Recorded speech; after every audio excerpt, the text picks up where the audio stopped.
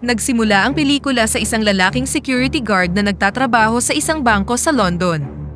Dati siyang American Federal Agent, ngunit dahil sa pagsunod sa Witness Protection Program, kinailangan niyang umalis sa kanyang dating trabaho, palitan ang kanyang tunay na pangalan, at lumipat mula sa Amerika patungong London. Ang kanyang tunay na pangalan ay Martin Parker. Habang naninirahan sa London, pinalitan niya ang kanyang pangalan ng Thomas Mackenzie. Ngayon, nakatira si Thomas ng mag-isa kasama ang kanyang 8 taong gulang na anak na babae na si Carly. Gaya ng dati, ang morning routine ni Thomas ay katulad ng sa ibang mga magulang. Gigisingin niya ang kanyang anak sa umaga at pagkatapos ay dadalhin siya sa paaralan. Pagkatapos nito, papasok na siya sa trabaho kung saan gumugugol siya ng maraming oras na nakaupo sa security post, nagbabasa ng mga magazine, at paminsan-minsang tinitingnan ang CCTV footage. Pagkatapos ng trabaho, umuwi na siya sa bahay at sinamahan ng kanyang anak bago matulog. Pagpasok niya sa dining room, bigla siyang nakakita ng refleksyon ng headlight ng sasakyan patungo sa kanyang bahay. Gayunpaman, nang binuksan niya ang pintuan, biglang dumating ang ilang lalaking nakamaskara at agad siyang pinaghahampas ng baseball bat. Naganap ang isang laban kung saan mag-isang nilabanan ni Thomas ang 3 tulisan hanggang sa mawalan siya ng malay. Makalipas ang ilang sandali, nagkamalay na din si Thomas. Agad niyang kinausap ang 3 tulisan at tinanong kung bakit nila siya inatake. Ang isa sa mga magnanakaw ay tinanggal ang kanyang maskara at sinabing gusto nilang kunin ang pakete ng droga sa bahay ni Thomas. Ngunit si Thomas, na walang kaalam-alam sa drogang sinasabi nila, ay sumagot na baka maling address ang napuntahan nila. Gayunpaman, hindi agad naniwala ang 3 thugs at nagbantang papatayin nila si Carly. Hiniling ni Thomas na tingnan nila ang electric bill at basahin ang kanyang pangalan. Sa huli, na-realize ng 3 thug na maling address ang napuntahan nila. Ngunit dahil nakita na ni Thomas ang mukha ng isang tulisan, nakatitiyak ang mga magnanakaw na magsusumbong si Thomas sa pulisya. Kaya naman, plano ng mga magnanakaw na ipagpatuloy ang pagpatay kay Thomas. Nang makitang nagiging mas delikado na ang sitwasyon, inagaw ni Thomas ang baril mula sa isa sa mga thug na nakatayo sa malapit at isa-isa niyang pinagbabaril ang 3 magnanakaw. Nang kumalma na ang sitwasyon, balak ni Thomas na i-report ang pag-atake sa kanyang bahay sa police station. Habang tumatawag gamit ang kanyang cellphone, bigla siyang nawalan ng malay dahil sa mabibigat na pag-atake na natamo niya kanina. Nagpapanik na sumigaw si Carly para sa kanyang ama at kalaunan ay dumating na ang mga pulis sa labas ng bahay. Sa sumunod na araw, nasa ospital si Thomas kung saan naka-handcuff ang isa niyang kamay sa gilid ng kama. Hindi nagtagal, dumating ang isang detective na nagngangalang Quinn at ipinaalam na inaresto siya dahil sa pagpatay niya sa 3 lalaki sa kanyang bahay. Nagulat si Thomas nang marinig ang kaso at sinabing pinatay niya ang 3 magnanakaw bilang self-defense. Bukod dito, idinagdag ni Quinn na hindi nila ma-identify si Thomas na nagpapakitang isa siyang illegal na residente. Sinabi ng detective kay Thomas na si Carly ay under surveillance sa Child Social Service. Kinagabihan, habang nanonood ng TV, nakita ni Thomas ang isang news broadcast na itinampok ang kanyang tunay na pangalan at profile at isang larawan ng kanyang sarili. Maya-maya, isang nurse ang pumasok sa kanyang silid, iniabot ang isang telepono at sinabing gusto siyang kausapin ng kanyang abogado. Nabunyag na isa siyang kaibigan sa federal agency na may pangalang Ray Monroe. Sinabi ni Ray na nasa flight siya papuntang London at darating siya sa ospital sa loob ng 2 oras.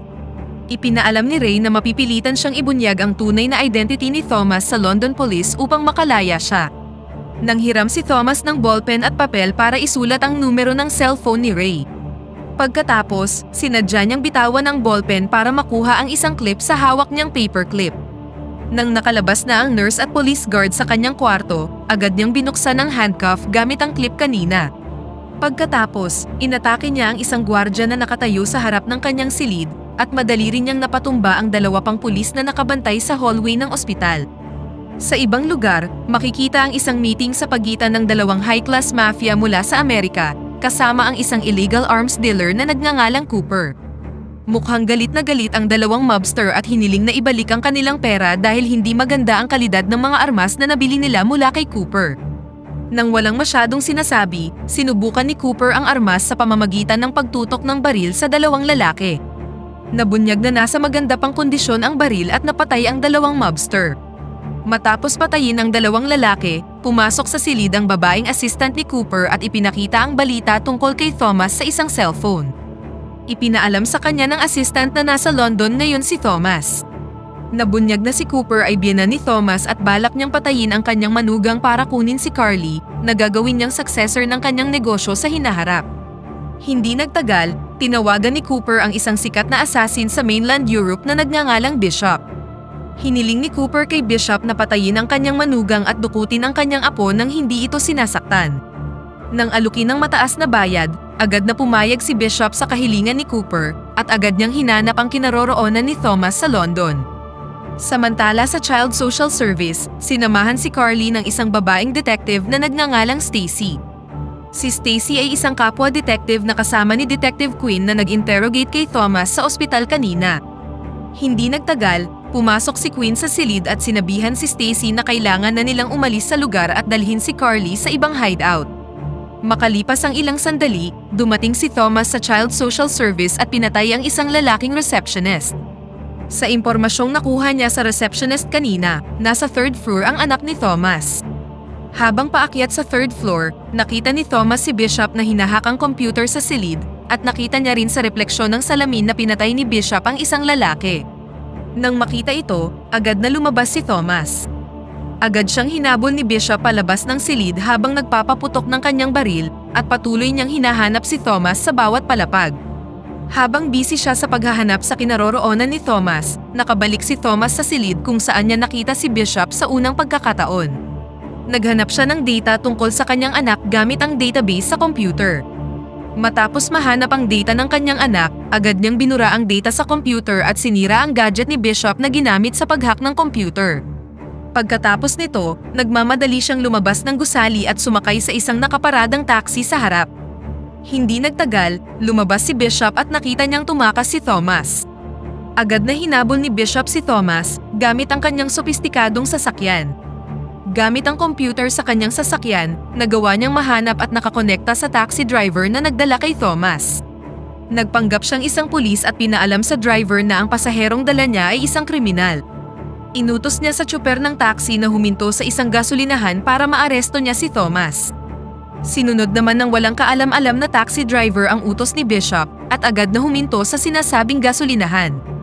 Gayunpaman, nang dumating si Bishop sa lugar, wala siyang nakitang tao sa loob ng taxi. Pagkatapos ay pumasok siya sa opisina ng gasolinahan at tiningnan ang CCTV footage. Doon, makikita si Thomas na lumabas ng taxi at agad na tumalon sa likod ng isang dilaw na truck. Agad na hinabol ni Bishop ang dilaw na truck at nang papalapit na siya, na-realize ni Thomas na si Bishop ang nasa sasakyang nasa likod at hinahabol siya nito. Agad siyang tumalon pababa ng truck at sumakay sa isang cable car na di kalayuan sa truck na sinakyan niya. Pagpasok sa cable car, nakita niya ang dalawang matipunong lalaki at isang negosyante. Si Bishop, na huli nang sumakay sa cable car, ay naglabas ng maraming pera at inalok ang mga lalaki sa cable car ng gantimpala kung magagawa nilang patayin si Thomas. Nang marinig ang malaking pabuya, agad na inatake ng dalawang matipunong lalaki si Thomas habang umaandar ang cable car. Makalipas ang matinding bakbakan, nagawang patumbahin ni Thomas ang dalawang bruskong lalaki. Nang hiram siya ng cellphone sa natitirang pasahero para tawagan si Ray at sinabing sunduin siya sa cable car station sa loob ng 4 na minuto. Habang nagmamaneho, agad na inapakan ni Ray ang gasolina para kunin ang dating kasamahan. Gayunpaman, hinihintay din pala siya ni Bishop sa istasyon at makikitang armado na siya ngayon. Pagkalabas ni Thomas, pinagbabaril siya ni Bishop hanggang sa makapunta siya sa kalsada. Sa kabutihang palad, dumating si Ray sa tamang oras at agad na isinakay si Thomas sa kanyang sasakyan. Habang nasa sasakyan, nakita ni Ray na merong tama ng bala si Thomas sa katawan. Dinala niya si Thomas sa isang apartment at ginamot ang kanyang sugat. Habang nagpapahinga, tumawag ang boss ni Ray at ipinaalam sa kanila na ang taong tumutugis kay Thomas ay nagngangalang Bishop, isang dating militar na naging mapanganib na assassin. Dito nabunyag na ang dahilan kung bakit pinoprotektahan ni Ray at ng kanyang mga superior si Thomas, ay dahil gusto nilang arestuhin si Cooper na sangkot sa pinakamalaking kalakaran ng ilegal na armas sa Amerika. Sa ibang lugar, patuloy na hinahanap ni Bishop ang kinaroroonan ni Thomas at Ray, gamit ang sopistikadong computer sa kanyang sasakyan. Nagawa niyang mahanap ang sasakyang ginamit ni Ray mula sa GPS na naka-install sa kotse at kaagad siyang dumiretso sa apartment na pinagtataguan nina Thomas at Ray.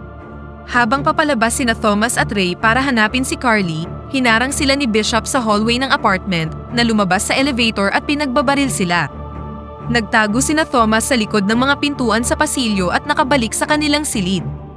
Matapos kunin ang ilang armas para labanan si Bishop, hindi maiiwasan ang isang shootout kung saan walang habas na nagpaputok si Bishop patungo sa kanila at sa kasamaang palad ay natamaan nito si Ray. Agad na dinala ni Thomas si Ray sa sasakyan at nagmamadaling lumayo sa apartment. Sa kasamaang palad, hindi na nailigtas ang buhay ni Ray dahil nawalan siya ng maraming dugo. Samantala, patuloy na hinabol ni Bishop ang kanilang sasakyan.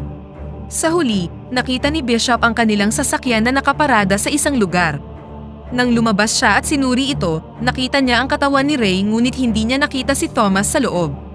Nang bumalik siya sa kanyang sasakyan, bigla niyang nakita si Thomas sa rearview mirror na may nakatutok na baril sa kanyang leeg. Inutos ni Thomas na ipagpatuloy ang pagmamaneho at pumunta sa isang pantalan. Pagdating sa pantalan, itinali ni Thomas si Bishop sa isang kahoy gamit ang isang lubid. Inutusan siya ni Thomas na tawagan si Cooper at sabihin sa kanyang napatay na niya si Thomas at nakuha na niya si Carly.